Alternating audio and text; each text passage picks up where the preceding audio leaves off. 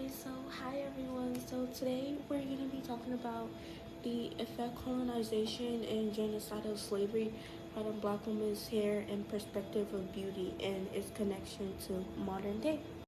So when you see these images, what pattern do you see? Well, they often depict black women in scarves covering their hair around the 1800s to late 1900s. But why is this pattern prevalent? What does it symbolize? So let's talk about genocidal slavery and colonization and black hair in Africa before colonization and slavery.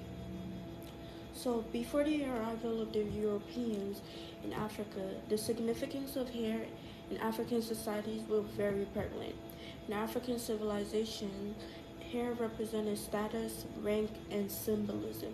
Hair was a symbol in every aspect of African society with, with huge social significance. Hair was different for every tribe, like the Wolof culture of Senegal, in which young girls who were not married shaved their heads, which represented and emphasized their unavailability for marriage. In Nigeria, if a woman kept her hair if a woman left her hair undone, it was a signal that something was wrong. The woman was either bereaved, depressed, or habitually dirty. In Mende culture in Sierra Leone, unkept, messy, or neglected hair implied that a woman either had loose morals or was insane. So this all highlights how significant hair was in everyday culture, societal standards, rank, and every single aspect of African civilization and society. So the quote that hair is just hair is kind of contradictory because we obviously see that hair has a huge impact on, and still to this day has a huge impact on African civilization and black culture. So, with the arrival of the European around 1444, the Europeans enjoyed a cordial relationship with the Africans. They were exchanging goods and sometimes a small amount of human slaves who would be taken to the European continent and sold. So, since the Africans themselves were willing to trade in human cargo, the Europeans sought to exploit this situation. So, they saw like the Europeans saw they had an unprofitable position of the entire land. They weren't making that much money, so they were like, we're just gonna exploit it, which is like that's a bit more surface level, but it's not really what we're talking about right now. So one of the first things the slave owner did to the cargo was shave their head for what was considered sanitary reasons. So this obviously had a tremendous impact on black people, specifically black women, because shaving their hair meant erasing their identity and altering their relationship with his or her hair, which obviously highlights the subjugation and degradation of black people's hair, which will only be the start. So, on plantations, because slaves were expected to work in their field for almost 12 to 15 hours a day, they had little to no time for self-care, let alone their hair.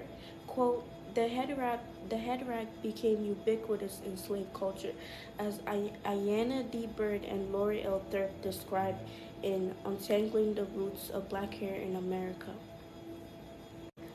Within this environment where black women's identity and hair was often degraded constantly all throughout the system, black women developing a sense of hatred and internalized racism was quite predictable.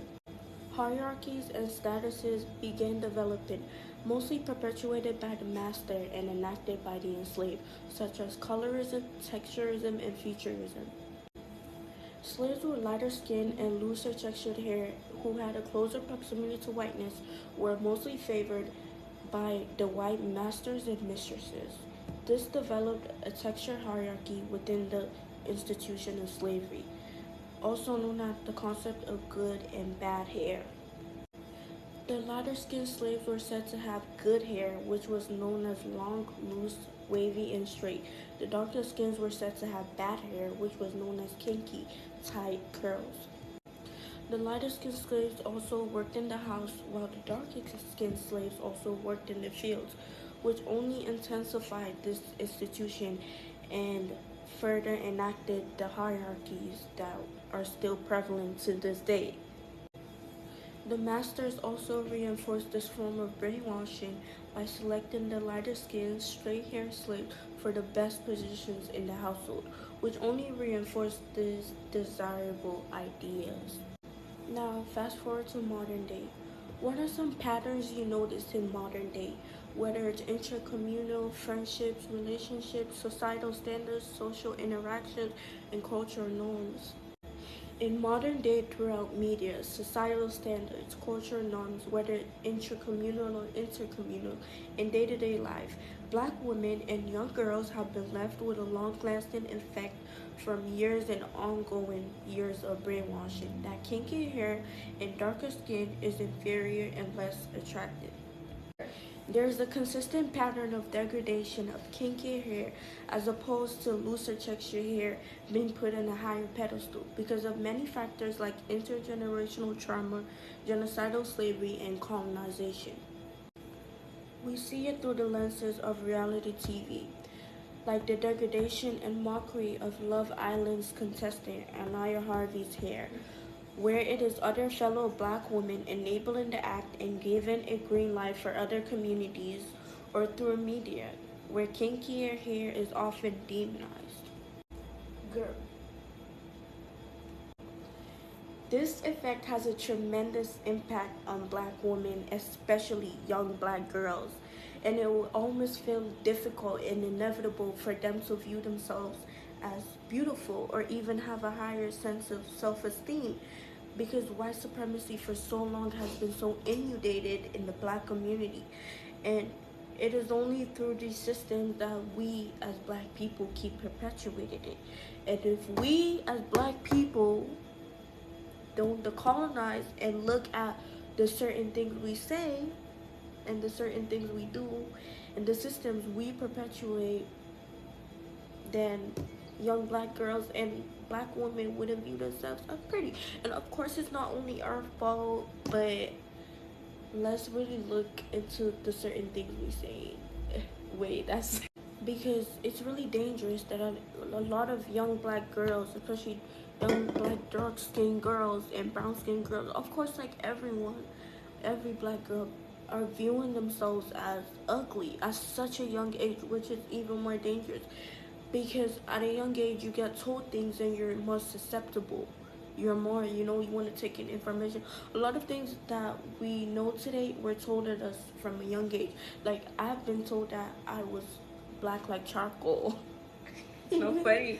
It's really not funny. Like, I've been told that, and it made me feel off the sun. Yeah, like stay off the sun. Like, don't go out too much. Oh, your hair is so strong. Like, and also, a prime example is we were at a cookout, and there was an older black woman. Yeah, there was an older black woman there, and she basically asked the younger black. Mind you, the younger black girl looks like she's 6 or 8, around those ages.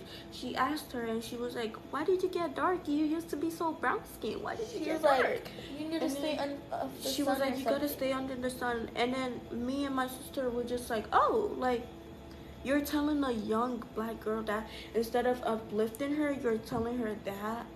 And it's just showing, like, of course, like, it's something that's probably been told to her before, and she's just recycling the pattern. And we really need to look back at the certain things we say. Of course, it's not our fault. It's a system that's been oppressed by us, but we need to decolonize. It's more than just that. It's more nuanced, but add your ideas and your thoughts. So, yeah.